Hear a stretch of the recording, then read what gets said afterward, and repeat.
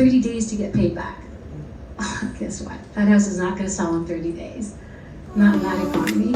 And so,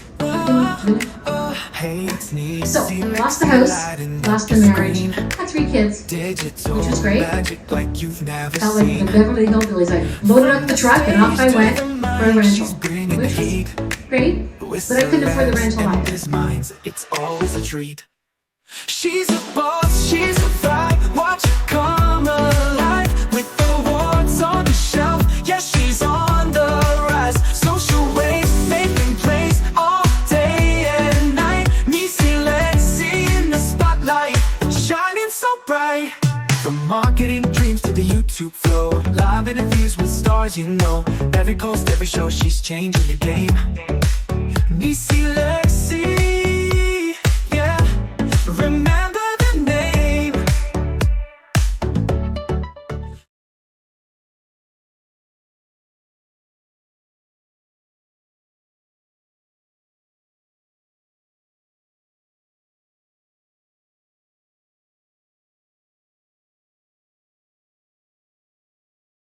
Also, when it comes to taxes, I don't know, it's just one of those things that just really makes me anxious. I think we all feel the same way. So thank you for putting this together. Very, very informative. I know there's so much valuable information to know as entrepreneurs, so we're glad that we can share that with all of you. So I'm delighted to be here. I lead the strategy for women in enterprise, and I will circle back on that question we got before. But let's start with you, Vivian. So tell us a little bit about your journey so far and how you got it all started. You really want to know? It's a long journey. First of all, it's 50 years. Accelerated version. It's 50 years. I've been in yes. I'll take 42. I started very young. My father was a builder, and real estate talk was always around the kitchen table. And as soon as I got the opportunity that I was able to, I got my license. So did the math, 18, whatever. And then I got into real estate, started selling, working on pre-construction with my dad, and then I got married at 17. Wow. I know, it's very young. Don't get married at 17. And I had 3 children by the time I was 23. And I was very busy with being a mom. Being a mom is a really big job. I have to say, it was probably the hardest job I've ever had. And I still have. Being a mom was the most rewarding job I've had. And then I took some time off to raise my kids. I went back to work in 1982, 83, and the market was in a recession. But I did not understand what that meant, nor did I care. I didn't listen to the white noise, I call it. I just needed to work and get my kids, a lifestyle that they could take hockey and ballet, just the regular activities. Went to work, started doing all of that, and I was putting trades together, selling houses, and we were in a recession back then. You weren't around back then. Half of you were not even born back then. The interest rates were 20%. I was born late. You recall that time, 20%. And it lasted. It didn't just go away right away. And it was difficult.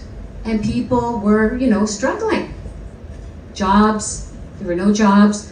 So what I did is I got creative, and I was moving people out of the areas that they couldn't afford.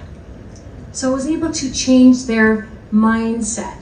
You see, whenever you've got to listen to what people are saying, you've got to listen to what their needs are. If they need a 3-bedroom home with a backyard, and they can't have it in downtown Toronto, well, guess what? They can maybe afford it further north, further east, further west. It doesn't matter. But you've got to be creative to give them what their needs are.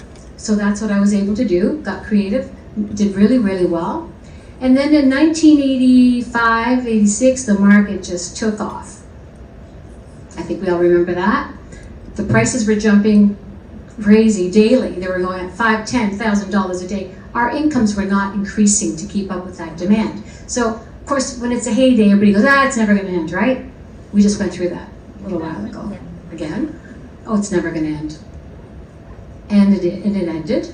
In 1989, the market took a big nosedive, and the market, I believe, dropped about 30 or 40%. So homes were valued 30-40% less than what people paid for. There was more mortgages left unpaid because of the prices dropping so drastically, and people were just walking away. They were basically just walking into the bank saying, "Here's my keys." Okay, that's how bad it was, because there's no way they're going to recover from that recession. Stuck around, obviously, I was in that market, then my income dropped. With the market, my dropped. I was doing exceptionally well, and with everything that goes wrong, my marriage dropped as well. You know, when it rains, it pours, right? And my ex was a builder, so, you know, we got into financial predicaments. I was the housewife that would never say no. When they asked me to sign papers at the bank, love you guys, but it wasn't your fault, I would just sign those papers as a line of credit on the, you know, on our home. So we started off with a home with no mortgage, and all of a sudden I've got this mortgage for $200,000 because they called the loan, and the loans had 30 days to get paid back. Oh, guess what? That house is not going to sell in 30 days.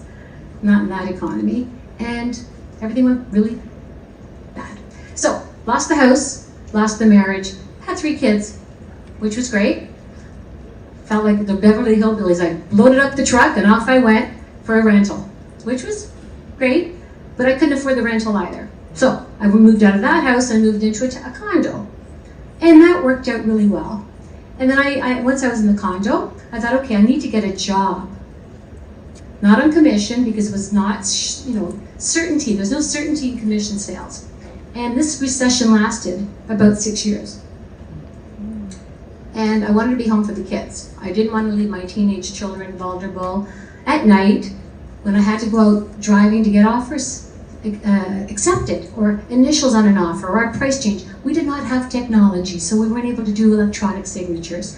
We had a time clock that was ticking, 11:59 p.m., and you had to get that paperwork done before 11:59 p.m. because the offer would expire. So I didn't want to be doing that with children at home.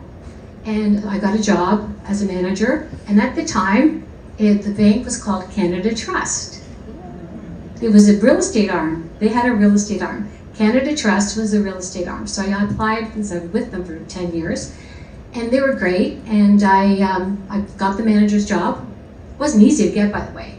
I had to take 5 courses or 4 courses to get my broker's license, because I didn't have it. So I tried 2 or 3 times before I got the job, so they kept on sending me back. So finally I took the opportunity one day, and this is a message I think is very clear, is look for opportunities and create value for yourself, because that's exactly what I did. I didn't have my broker's license yet. I was struggling to get it, trying to keep up with family and managing the office. The manager walked out of the office, so the competitors were calling, and the office was vulnerable. They were going to lose the agent, so I called downtown and I said, "Hey, you need me." And they said, "Here she comes again. She's going to ask for the same thing all over again. But you need me." And they said, "What do you mean?" I said, "Well, you're going to lose this office. The agents are going to leave. They're being contacted by outside brokers. So, you know what? You need somebody here at the helm." They gave me the job. I took over. It was a struggle, but here I managed to get everybody's trust. I had to go to each person that worked there and ask them for their commitment, their trust. I was so excited about that job. It didn't pay much money, but it didn't matter. It was security. And that's what I was looking for, was security. And I got it. That lasted 6 months.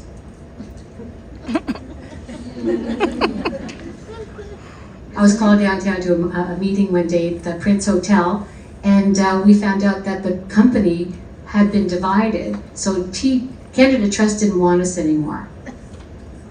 Well, I shouldn't put it that way. They didn't want to be in real estate. They didn't want to have the real estate division. They were doing a deal with TD. So they separated the companies, and we were for sale. We were bought by Coldwell Banker, an American company. They came in and they took over. So it was instantly, I went into a meeting and as one manager with Canada Trust, and I walked out not knowing who was going to own me, if I was going to even have a job. So I went back to the office, announced the great news. I had to keep everybody optimistic, but by the time I got back there, they were crying. People had already called and said, "Hey, the company sold." We had secretaries losing their job. Everybody was like, disaster. HR disaster. Anyways, calmed everybody down. I got on the phone, tried to get a buyer for the office. Figured if I could find a buyer, everything would be fine. Status quo, no changes. People hate changes, we'll keep it status quo. And I would run it and I would do a great job. So I made the calls, and nobody was biting. It was 1993. Nobody was biting. So I said to one of the brokers, I said, listen, his name was Bob Armstrong. Bob Armstrong had multiple offices in the 905. And I said, Bob, why don't you buy this office? I'll rent it for you. He said, no, Vivian, I don't need to buy another office. I've got enough offices. I'm all over the place right now. He says, why don't you buy it? And I thought, me? I kind of just like this person, like this big. I can't buy it. I don't have any money. He says, you're a good negotiator. You'll figure it out. And I actually took it as an insult. I'll be honest with you. How dare he do that? But then I went home and I thought about it. I thought, you know what? I am going to make a pitch on this. So I contacted the president and I pitched him. And I said, listen, I can be valuable to you. I'm going to go back to what I said originally. Become valuable.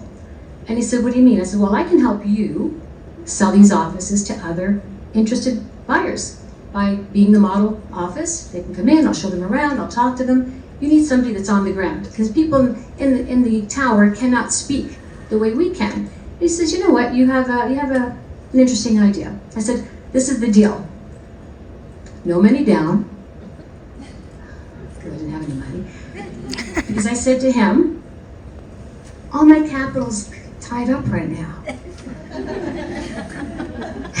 Whether you believe me or not, I really don't care. But it sounded good. And I said, this came out of nowhere and I just invested all my capital. So he said, well, okay, let's talk about it. So we talked about it. Anyways, after negotiating back and forth with the big boys, because they were big boys, talked about men pulling into my parking lot. These guys were scary. They came in with boxes and boxes of financials. I knew nothing about financials, reading financials. I just took it as it came and I just kept on saying, let me get back to you. Let me get back to you. Let me get back to you. Because I knew that I didn't know everything, but I did know that I could hire people that do. Accountants, lawyers, and bankers. So I did finally get the deal negotiated. I did pay some money down, so I didn't get away with nothing. I had to pay the taxes. Don't you love those guys? They always had to get paid first. I had to pay the taxes. I borrowed the money for the taxes. I paid the taxes, and off to the races I went.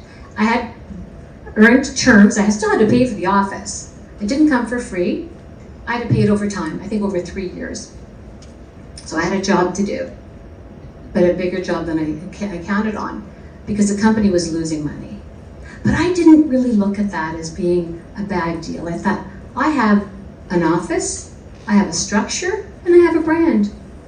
Yeah, you rely on your experience and on your gut feeling and on your past successes. Absolutely, and that's what I did. I ended up growing the office. I started off with 18 agents. So 1994, I incorporated my company. I started off with 18 realtors, and then I grew because I just worked and I just kept focused, even though the competitors were all male. It was a male-dominated industry. All the brokers were male. There's maybe 1 or 2 female brokers in the GTA, and they were all downtown. And they were criticizing me. As a matter of fact, one of the brokers said, oh, she'll last about, what do you think? And I thought, oh my God, this came back to me from somebody. I thought, it was disgusting. I thought, this is terrible. I need to think ahead. I can't let this affect me. And it did affect me, but I thought, no, I'm not going to do that. So don't let things affect you. Stay focused, because that's what happens. They do try and sway you off. And I grew the company within a matter of a couple of years to about 150 agents. And then Royal LePage came along. And they said, how are you managing to grow your business when we can't seem to grow north and south of you? What's your secret? I thought, well, the only secret I have is being present, caring about people, putting things on the table, really listening to my realtors to see what their needs were. It wasn't all about transactions, it was about building relationships. And that's what I did, and the word spreads. And that's how I built my business. Today I have 10, 12 offices. We have 130 realtors, 1,300 realtors. Thank you. My children, they grew up. They're all grown up now. They are married and with children, and they are in the business with me. Yeah, they weren't supposed to be in the business with me, by the way. They were going to university. One was going to be a doctor. One was going to be a lawyer. Anyways, they all come back home. And here I am today. Vivian, that's a fantastic growth story. Wow. And I went on too long. Sorry about that. You guys got me really excited. I look at these faces, and you're just like aren't they sponges, and I fabulous? love They're it. fabulous. Yes. But it's like we can really sense the resilience, the constant pivoting that we touched on a lot today. Now, research shows that there's, entrepreneurship for women is growing, slowly in Canada, but it's growing. Yes. In 2023, it was about 15% of Canadian businesses were held by women. Now we're touching 19%. But in that 19%, over 80% are sole entrepreneurs, and 90% have less than 5 employees. So looking back into your experience, and I know as women we tend to want to, take control and stay with that control. When do you decide to hire more people, have 1, 2, 3 right arms and different people to support your growth?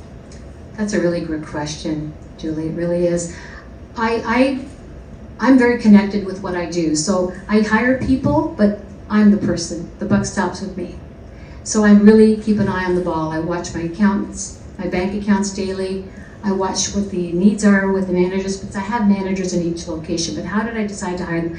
With growth comes monetization. Monetization comes needs. You just have to have the instincts to know when to bring new people on. And just, really be cautious about not overworking one person, because if you do, they don't work effectively. So what I do is I have team meetings. I have team meetings with my staff. I have team meetings with my administrators. And I hear their needs. We talk about how's it going? What are you guys finding? What do you need? Do you need anything else? Do you need computers? What systems are in place? We have more efficiencies. Even though the efficiencies are great, sometimes they don't want us to change anything because they are complacent. I've got staff that have been with me for 30 years. They stay with me. But changing, technology. When we bring technology, and that's been a huge change.